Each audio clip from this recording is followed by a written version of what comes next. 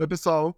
Eu me nego a deixar o mês de julho acabar e não disponibilizar esses dois vídeos para vocês. Esse primeiro vídeo é uma lista que eu trouxe para compartilhar com vocês, onde eu peguei as minhas leituras desse primeiro semestre do ano de 2023. Eu estou considerando os livros lidos entre janeiro de 2023 e junho de 2023, tá? Eu li 22 livros. A minha expectativa era lançar esse vídeo logo no começo de julho, sendo que eu não consegui gravar. E vão ser dois vídeos. Olha a hipocrisia. Eu falo que eu não gosto de parte um, parte 2 no TikTok, mas aqui no YouTube eu vou lançar um vídeo que, na verdade, vai acabar linkando o outro. Esse primeiro vai ser uma lista onde eu vou ranquear do livro que eu menos gostei até o livro que eu mais gostei. Essa ideia eu vi no canal do GF, eu vou deixar aqui no box da descrição também esse vídeo que ele fez fazendo essa lista também das leituras do primeiro semestre de 2023. Mas eu também quero fazer a tag de 50%. Eu nunca fiz a tag de 50%, então nesse primeiro vídeo a gente vai finalizar com vocês sabendo qual foi a minha melhor leitura desse primeiro semestre, e na sequência eu já vou puxar para a tag de 50%, porque a primeira pergunta da tag é qual foi a melhor leitura. Então eu achei uma boa forma da gente fazer essa conexão. Então vamos seguir agora começando essa lista. Eu vou tentar não entrar muito no detalhe da história, vou falar muito mais sobre as minhas percepções, e como tem livro que eu li em janeiro, vai ter coisa aqui que eu não vou lembrar, tá, gente? Possivelmente. Então, vamos com calma, vamos com carinho. Eu tô aqui com a minha colinha, eu tô aqui com a lista de livros. E o primeiro que eu trouxe para compartilhar com vocês é o Como Organizar uma Biblioteca. Nós recebemos da parceria da Companhia das Letras. Para quem não sabe, o podcast Teste da Estante, que eu faço parte, ele tem uma parceria fixa com a Companhia das Letras. E aí, esse foi um livro lançamento agora de 2023, e como eu faço biblioteconomia, eu resolvi pegar essa obra. Eu já fiz a leitura, é incrível, maravilhoso. Eu fiz um trabalho, inclusive, sobre esse livro também.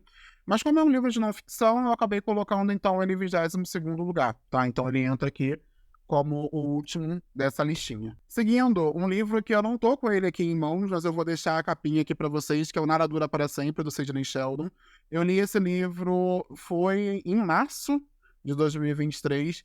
Eu lembro muito pouco, eu lembro que se passa no hospital, são três amigas. Eu lembro que eu gostei muito dessa narrativa, dessa história, e até um ponto para poder compartilhar com vocês, todas as leituras que eu fiz esse primeiro semestre de 2023 foram excelentes leituras. Então, assim, até esse último aqui da lista, ou esse penúltimo da lista, eu vou falar bem dele, eu vou trazer boas características, porque foi uma experiência mais positiva do que negativa, tá? É um livro bem novelão.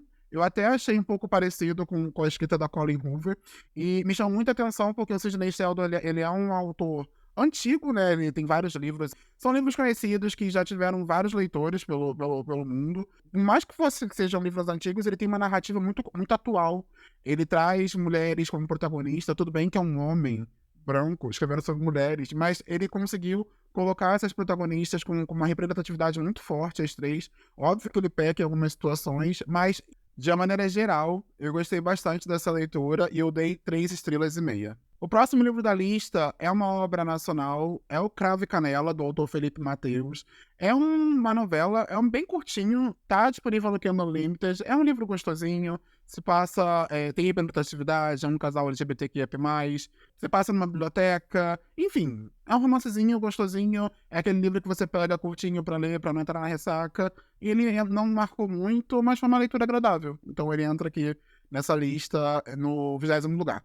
Em 19º lugar, eu trouxe A Biblioteca da Meia-Noite. Eu gostei bastante, tá? Esse livro do Matt Haig. Ele foi lançado pela Bertrand Brasil. Ele é um livro bem hypado, ele era muito falado no TikTok, e aí eu quis pegar pra ler. Eu li com a Luana e com a Marcele. Foi uma leitura, uma buddy read, né? Uma leitura conjunta. Nós gostamos bastante. Ele é um livro legal. Ele é um livro bonzinho, gostosinho. Ele não ficou marcado. Ele é aquele livro que tem várias frases, sabe? Pra você usar como legenda na foto do Instagram, aquelas frases de efeito. E eu gostei bastante do personagem principal. Ele é um livro, de uma maneira geral, a experiência foi bem agradável, sabe? Óbvio que ele, em alguns momentos, ele até foi um pouco superficial. As pessoas que criticam e falam, sabe, um pouco superficial. Eu acredito que sim, pode acontecer da galera ter uma experiência superficial, mas não foi o meu caso. No meu caso, foi uma leitura super agradável, gostosa. Eu dei 4 estrelas, então, assim, fica aí também a super dica. E ele fala muito sobre passado, presente, sobre arrependimento, sobre se a gente pudesse prever o nosso futuro, quais são as escolhas que a gente faria. Então, é esse clichê Então, demanda frases clichê e, enfim, e tá tudo bem. O 18º livro dessa lista é O Nada Pra Ver Aqui. Eu tenho essa edição da Tag, que eu acho belíssima. Incrível, não é? Essa edição de capa dura da Tag, do Nada Pra Ver Aqui, olha isso. Eu fiz essa leitura para um pessoal do Catarse, do Clube da Thaís. Eu gostei bastante desse livro, eu dei 5 estrelas, tá? Ele é um livro divertido, é um livro gostoso, é um livro muito diferente. E leia, só leia, leia sem ler a sinopse, leia sem procurar muita coisa sobre ele. Eu acho que o mais interessante sobre essa obra é isso. Ela é muito diferente do que a gente está acostumado a ler, sabe? Eu acho que eu nunca li nenhum outro livro que tivesse uma história, ou que tivesse uma narrativa, ou que fosse algo tão diferente do que eu já estou acostumado a ler sempre. Então, acho que isso que me chamou a atenção, acho que o diferencial desse livro é a narrativa, é a história, é a personagem principal, é a situação, né, o próprio enredo. Então, é gostoso. É um livro divertido. O 17º livro escolhido da lista é o Loucos por Livros. Eu não tenho ele aqui, eu li quando estava disponível no Kindle Unlimited. Se eu não me engano, ele ainda está disponível. É um romancezinho da Emily Henry. Eu quis deliciar em um romance clichê. E ele entrega tudo o que ele se propõe dos romances, das possibilidades que poderiam acontecer ali, das questões de clichê. Eu achei que a Emily Henry ela conseguiu trazer uma história super gostosa, ela conseguiu trazer clichês, mas não de uma maneira que se tornou chato, sabe? E o drama da personagem é um drama muito palpável. Acho que isso que é mais legal no Loucos por Livros, é a forma como a gente cria uma conexão com a personagem principal. Então eu gostei bastante, eu dei 4 estrelas para Loucos por Livros, e eu fiquei curioso por outras coisas da autora. Todo mundo fala que o Loucos por Livros é o melhor livro dela, então acho que eu comecei pela melhor escolha, mas estou pensando em pegar outros livros também pra ver, futuramente. Vamos ver se tiver algum romancezinho, quando eu quiser ler algum romance, talvez eu pegue mais um da Emily Henry. Seguindo, o 16º livro também foi uma leitura do Catarse do Clube da Thaís, que é a Pediatra, da Andrea de Frego. Foi muito curioso porque eu fiquei apaixonado por essa história, fiquei apaixonado por essa personagem, pela Cecília. Eu até brinquei e falei que eu vi muito de uma Carminha, de uma vilã que a gente ama, odiar, odeia, amar. E isso tornou a leitura super gostosa pra mim, e eu senti que a maioria das meninas não tiveram essa mesma percepção, sabe? Elas gostaram, tiveram as suas considerações, sendo que a experiência foi muito mais positiva pro meu lado. Eu dei 5 estrelas pra Pediatra, eu até brinquei e falei que eu acho que eu fui emocionado demais. E é um livro curtinho, é um livro super gostoso, ele traz algumas questões de maternidade também, mas de uma maneira bem genérica, tá? Bem geralzão, assim, não é aprofundado. Eu acho que ele nem se propõe a fazer isso. Eu acho que a ideia do livro não é trazer essas questões ou levantar alguma bandeira ou ensinar alguma questão com relação à maternidade ou ao processo de parto natural, acho que a forma como foi abordada aqui já foi o suficiente, sabe? Mas enfim. Seguindo, o 15º livro da lista é O Amiga Genial, da Helena Ferrante. Eu vi essa leitura no mês de janeiro, foi bem no comecinho do ano, foi para o Clube do Livro sobre Saúde Mental, é o clube que eu organizo junto com a Gleice Couto e com o Diego Lanza. Eu vou deixar mais informações aqui no box de descrição. O que eu posso dizer sobre Amiga Genial? É um livro muito bom. Ponto. Eu acho que eu tinha uma expectativa muito grande. Foi a primeira obra que eu li da Helena Ferrante. A gente sabe que essa autora ela tem uma legião de fãs, de pessoas que falam incrivelmente da escrita da Helena Ferrante. E realmente ela escreve muito bem, sendo que, por ser o livro inicial da tetralogia, eu achei ele em alguns momentos até um pouco. Não precisa ser arrastado, mas eu não tava com tanto ânimo assim ao ler, sabe? Eu não tô dizendo que era arrastado, porque a escrita da Helena Ferrante, eu acho que é impossível você falar com um livro arrastado tendo uma escrita tão gostosa como é a escrita da Helena Ferrante. Mas tinha momentos em que eu tava lendo, sabe quando você tá lendo só por ler, que você não tá lendo se deliciando, que você não tá lendo se perguntando o que vai vir pela frente, é momentos em que eu tava só lendo. E por isso não foi uma experiência assim tão agradável. Eu não sei um pouco da expectativa que eu tinha também em cima dessa obra. Eu acho que é um exemplo de, às vezes, quando a gente ouve falar tão bem, ou ouve as pessoas falando tanto de uma obra ou de um autor, às vezes a gente vai com uma expectativa muito alta, e o livro, mesmo sendo bom, acaba gerando aquela experiência de, poxa, eu esperava mais, eu esperava um pouco mais, sabe? Eu esperava me apaixonar, eu esperava que fosse terminar esse primeiro e já ia querer pegar o segundo, já queria assistir, já ia querer pegar a série pra assistir, e isso meio que não aconteceu. Mas é uma obra boa, sabe? É bem curioso essas coisas, essas questões de a gente gosta, mas não gosta tanto. Enfim, fica aí o 15º lugar. O 14º lugar é uma HQ. Essa HQ linda, incrível, de China Adiado. Eu ganhei de presente do Leno, ganhei de aniversário do outro Leno, de um amigo meu. E eu posterguei pra ler essa HQ, eu ganhei acho que tem uns 2 ou 3 anos. Ele tava lá na minha mãe, aí quando eu fui pra lá nas férias desse ano, eu trouxe pra cá. E aí eu quis pegar pra ler HQ, tinha tempo que eu não li uma HQ. Gente, que HQ linda, sério. Linda, linda, linda demais, incrível.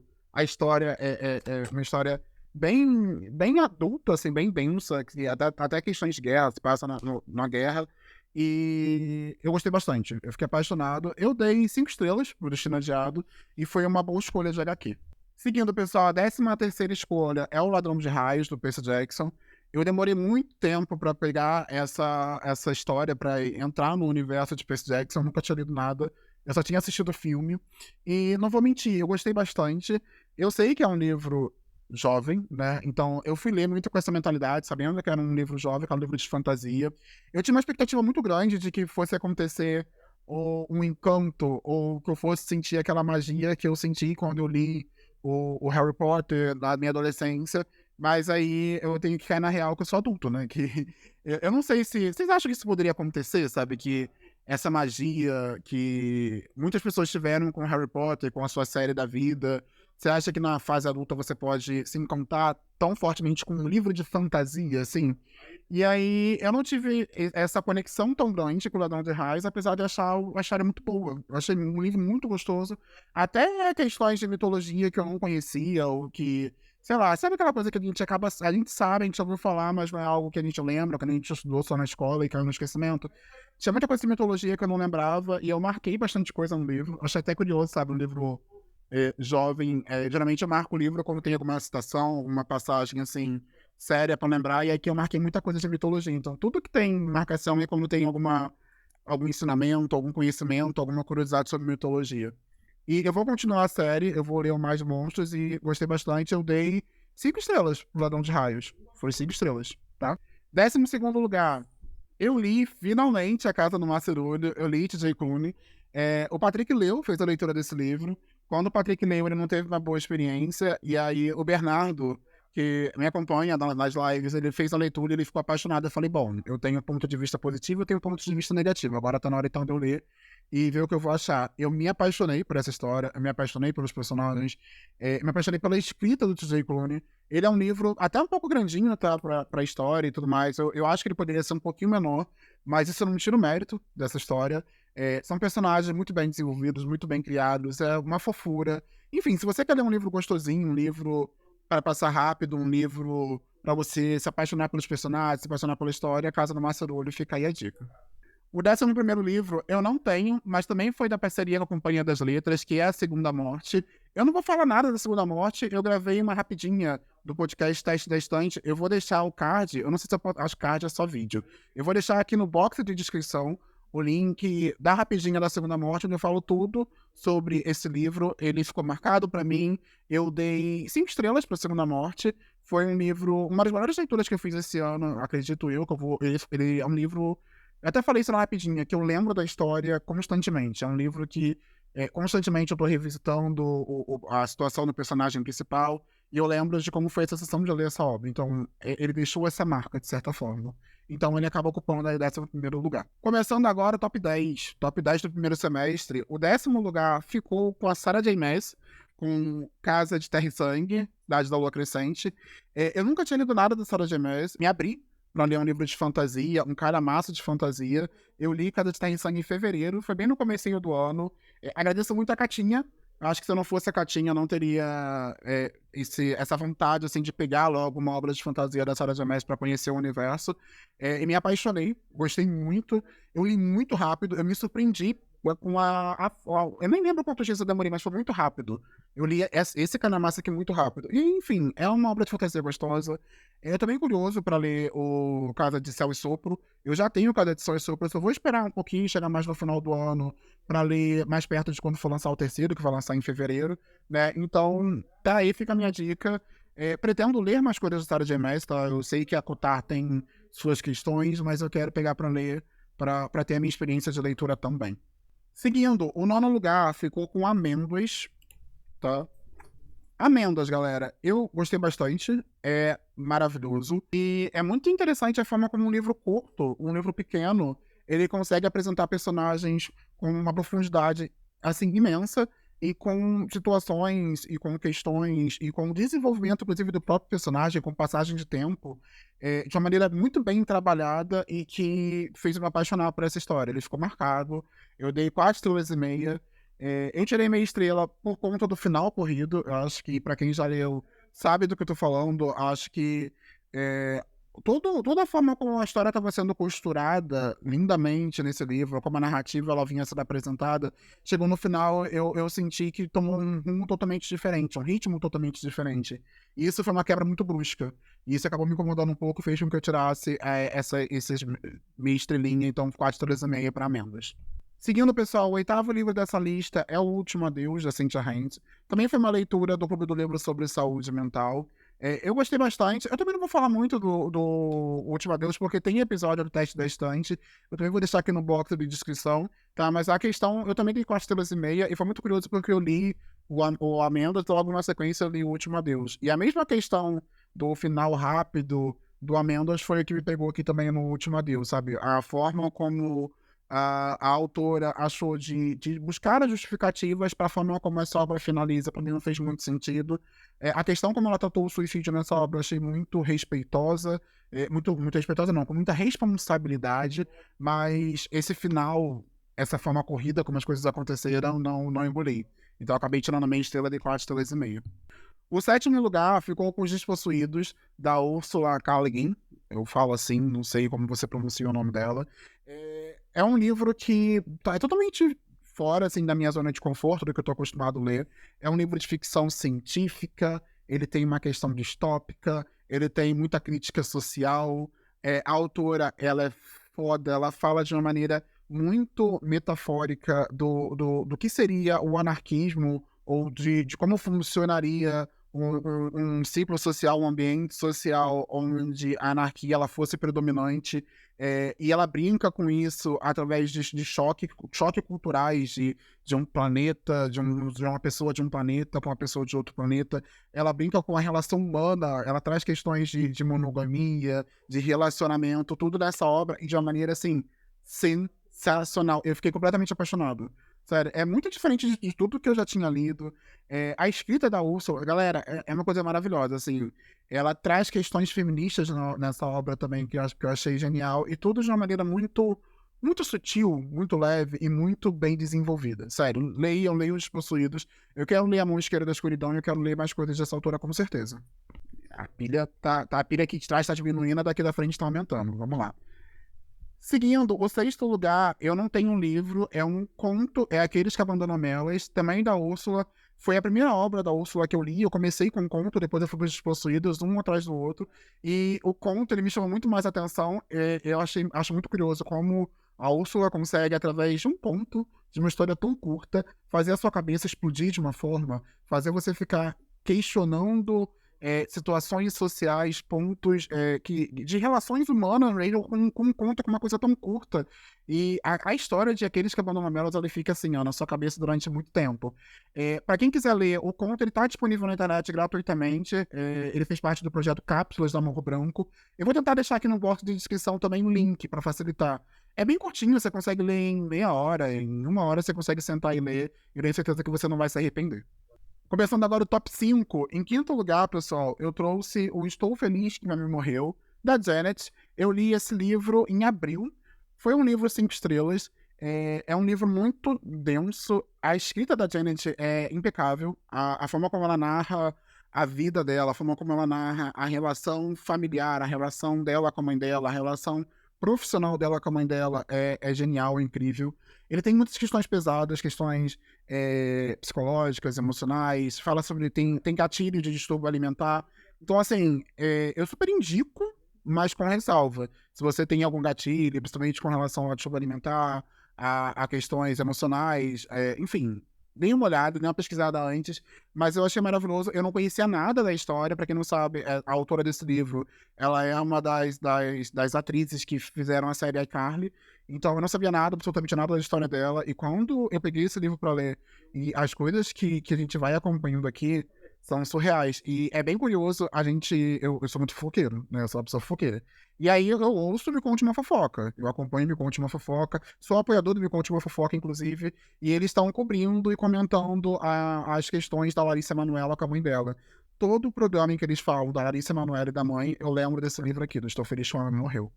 Enfim, só queria deixar isso aqui registrado. Seguindo, pessoal, o quarto livro, e aí é o Amanhã, Amanhã e Ainda Outra Amanhã.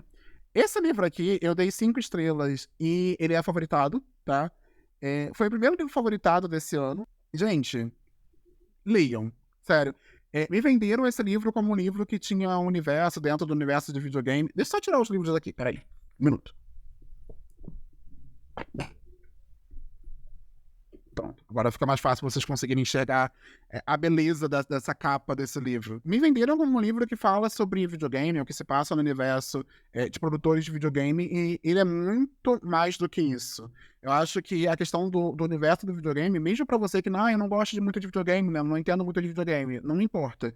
O que mais importa aqui são as relações, a forma como relações amigáveis são construídas, como as pessoas lidam com a sua relação entre amigos e como isso às vezes pode se transformar numa relação profissional e como você vai lidar com essas questões, até mesmo de dúvida com relação a relacionamento, o que é amor, o que é amizade. Gente, sério, esse livro aqui, ele destrói corações. Ele destrói corações.